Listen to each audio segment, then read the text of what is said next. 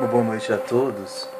Eu estava aqui com os meus estudos do Evangelho segundo o Espiritismo e um trecho em específico me chamou a atenção.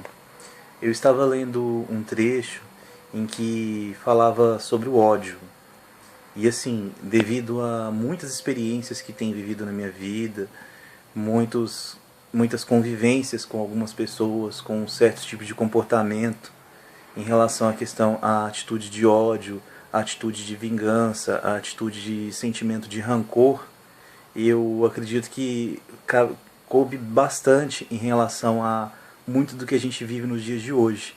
Porque hoje a gente vê muito se discursar, vê muito se falar sobre amor, mas o que a gente vê na prática mesmo é o ódio, o rancor, a vingança. Isso tanto no meio religioso quanto no meio social que a gente convive no dia a dia.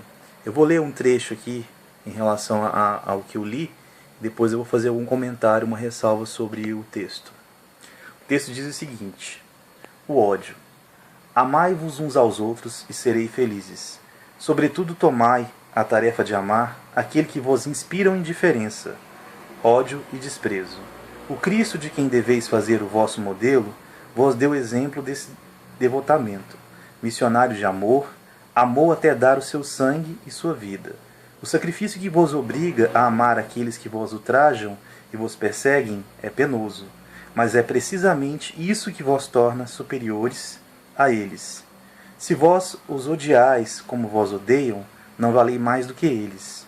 É a hóstia sem mancha ofertada a Deus, sobre o altar de vossos corações, hóstia de agradável aroma cujos perfumes sobem até ele. Ainda que a lei do amor queira que se ame indistintamente a todos os irmãos, não endureça o coração contra os maus procedimentos. Ao contrário, é a mais penosa prova, eu o sei, uma vez que durante minha última existência terrestre experimentei essa tortura, mas Deus lá está, e pune, nesta vida e na outra, aqueles que faltam à lei de amor. Não vos esqueçais, meus caros filhos, que o amor nos aproxima de Deus e que o ódio nos afasta dele. Bom, na realidade, quando a gente trata sobre essa questão do castigo, sobre o comportamento de ódio, o comportamento de falta de amor entre as pessoas, creio eu, numa interpretação mais subjetiva, que esse castigo ele não vem de Deus. Esse castigo, essa punição, é uma autopunição que vem da consciência. Acredito que nos dias de hoje, com esse tumulto de informações, esse acúmulo de comunicação que a gente vive nos dias de hoje, e esse estresse por excesso de coisas que a gente tem que enfrentar, excesso de cobrança, muitas vezes nos deixamos levar pela fúria, pelo ódio, pelo rancor, por sentimento que muitas vezes não é válido. Não é válido para que a gente possa ter um progresso, não é válido para que a gente possa seguir levando uma vida social, convivendo com as pessoas de forma pacífica, e muitas vezes deixamos de lado o que é mais importante para nós e para a nossa felicidade, que é buscar o amor, não o amor por meio de discursos, não o amor falacioso, aquele amor que a gente ouve das pessoas: ah, eu te amo, ai, como eu te amo. Falar é fácil, difícil é praticar. Será que a gente tem amado de verdade? Será que esse amor que muitos andam falando por aí, pregando, não passa de um discurso ao qual as pessoas estão simplesmente arraigadas por sentimentos de querer manipular, de querer controlar as pessoas, de querer usar as pessoas, né, no sentido de dizer: ah, eu falo que amo, as pessoas vão crer e simplesmente vão fazer aquilo que eu quero.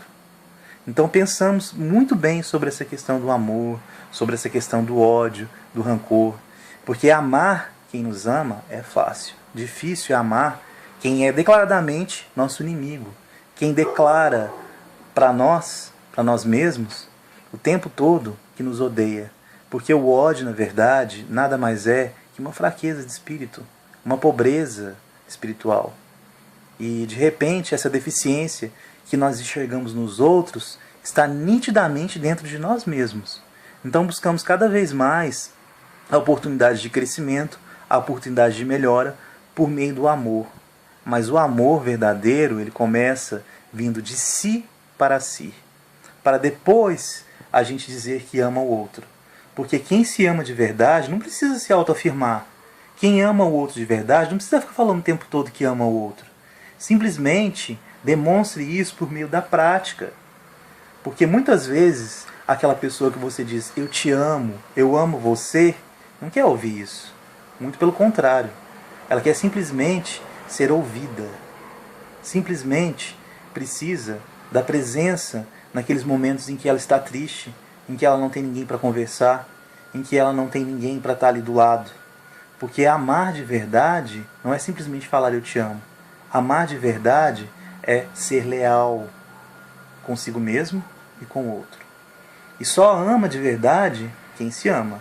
Agora, se a pessoa o tempo todo afirma que ama a outra e na realidade ela não ama o outro, ela ama que o outro consegue proporcionar a ela, sinceramente, essa pessoa precisa urgentemente de um tratamento, mas um tratamento espiritual, porque a doença que ela tem não é uma doença física, é uma doença da alma. E essa doença da alma se chama falta de moral e de caráter. Eu não sou ninguém para estar aqui julgando os outros, muito menos dando sermão para ninguém, mas porque eu tenho as minhas falhas também. Mas eu acredito que é essencial as pessoas parar e fazer uma autoanálise, fazer um feedback de si mesmo e verificar que muitas vezes aquilo que ela julga como ingratidão e julga que o outro está sendo ingrato, que o outro não está suprindo as suas necessidades como amigo, como companheiro, pode ser que na verdade a causa disso está dentro dela mesma. Será que você já parou para analisar sobre isso?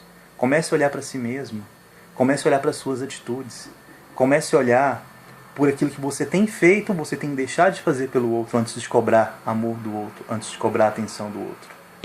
E é isso. Uma boa tarde a todos.